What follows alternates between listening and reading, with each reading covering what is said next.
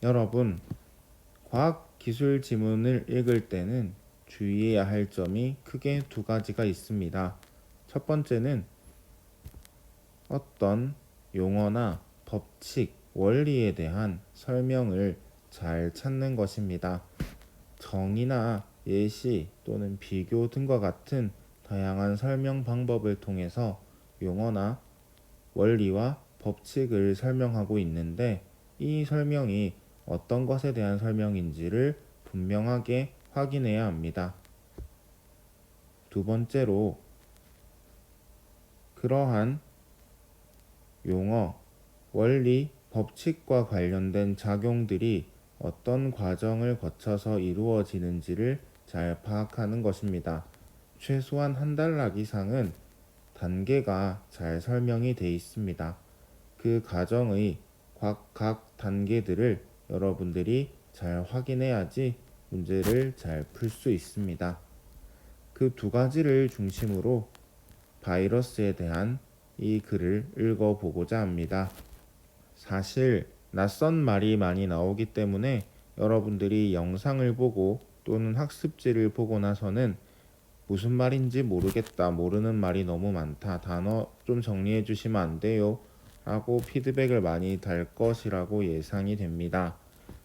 못 해줄 건 아닌데 일단 지금 여기에서는 몇 개의 단어들을 제외하고는 뜻을 적어 놓지는 않았습니다. 왜냐하면은 용어들이 가지고 있는 의미를 배경 지식으로 알고 있으면 좋지만 그렇지 못한 경우가 많고 우리는 이 단어의 뜻을 잘 알지 못한 채로 지문을 보면서 맥락을 가지고 이 단어의 뜻을 파악하고 또 다른 용어들 간의 관련성을 찾아내는 연습을 해야 되기 때문에 그렇습니다. 알면은 아는 대로, 모르면 모르는 대로 글을 읽을 수 있어야 됩니다. 우리가 그 연습을 해야 되기 때문에 일단 용어에 대한 의미들은 이 맥락을 벗어나게끔 설명은 안 할 거예요. 그러니까 지문 안에 있는 정보 이상의 정보를 여러분들에게 더하지는 않을 겁니다. 필요하다면 얘기를 하면은 물론 챙겨는 줍니다. 하지만은 여러분들도 맥락 안에서 용어의 의미를 파악하는 연습을 하기 바랍니다. 그리고 문제를 풀 때 필요하다면은 지문에 그것에 대한 정보가 추가가 되어 있습니다. 지문을 크게 벗어나는 질문은 출제자들이 하지 않기 때문에 여러분들은 마음을 단단히 먹고 멘탈을 단단히 붙잡고 지문을 보기 바랍니다. 첫 번째 단락입니다. 바이러스는 체내에 들어와 문제를 일으킬 수 있어 주의해야 할 대상이다. 그래서 지금 바이러스에 대한 설명이 나오고 있는데 얘는 어떤 거다? 체내에 들어와 문제를 일으킬 수 있어 주의해야 할 대상이다라고 이야기하고 있습니다. 생명체와 달리 바이러스는 세포가 아니기 때문에 스스로 생장이 불가능하다라고 이야기하고 있는데 생명체는 세포라는 추론이 가능하고요.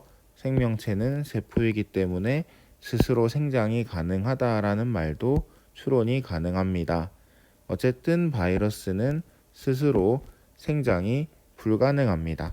생장이라고 하는 말은 성장, 자라는 것, 즉 생명체의 성장은 뭐가 늘어나는 것? 세포의 수가 늘어나는 것이라고 볼 수 있는데 바이러스는 스스로 수를 늘리는 것이 불가능합니다. 뭐가 아니기 때문에? 세포가 아니기 때문에. 그래서 바이러스는 살아있는 숙주 세포에 기생하고 그 안에서 증식함으로써 살아간다. 해서 여기 보면은 숙주세포라는 말이 있는데 숙주라고 하는 게 생물이 기생하는 대상으로 삼는 생물을 의미합니다.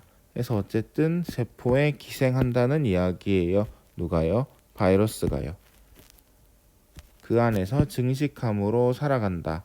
그래서 증식이라는 말은 수가 늘어간다라는 말입니다. 증가한다, 생장한다. 뭐 이렇게도 생각할 수 있을 겁니다.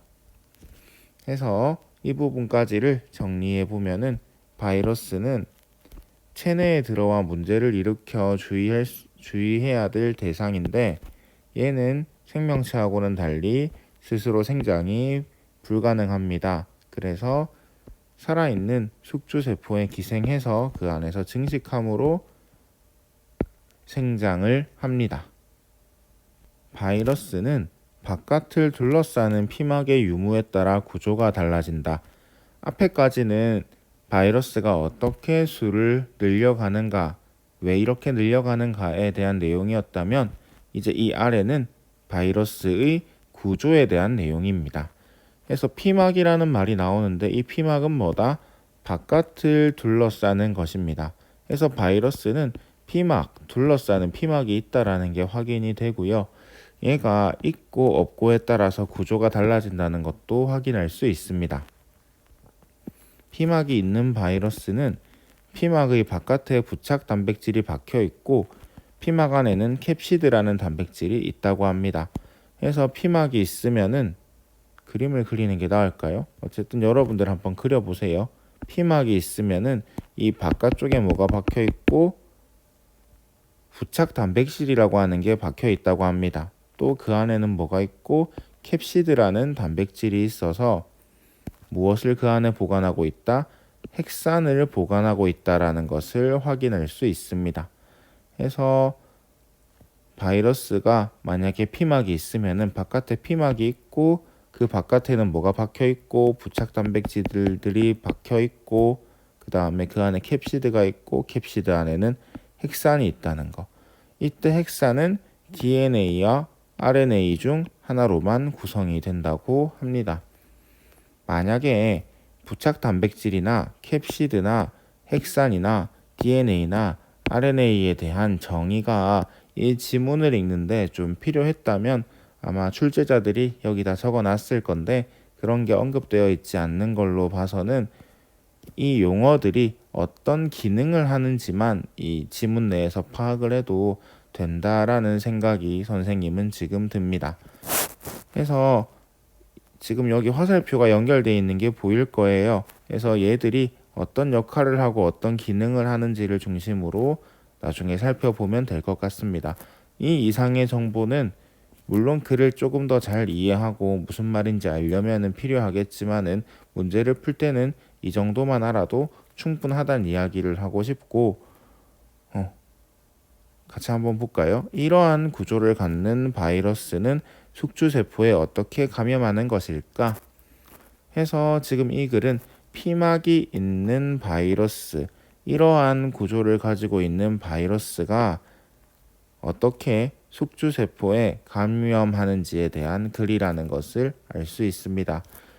첫 번째 단락이 의문문으로 끝나면은 항상 글들은 밑에 있는 내용들은 이 의문에 대한 답변이라고 이야기를 했습니다. 그래서 지금부터 이 답변을 한번 같이 읽어 보겠습니다.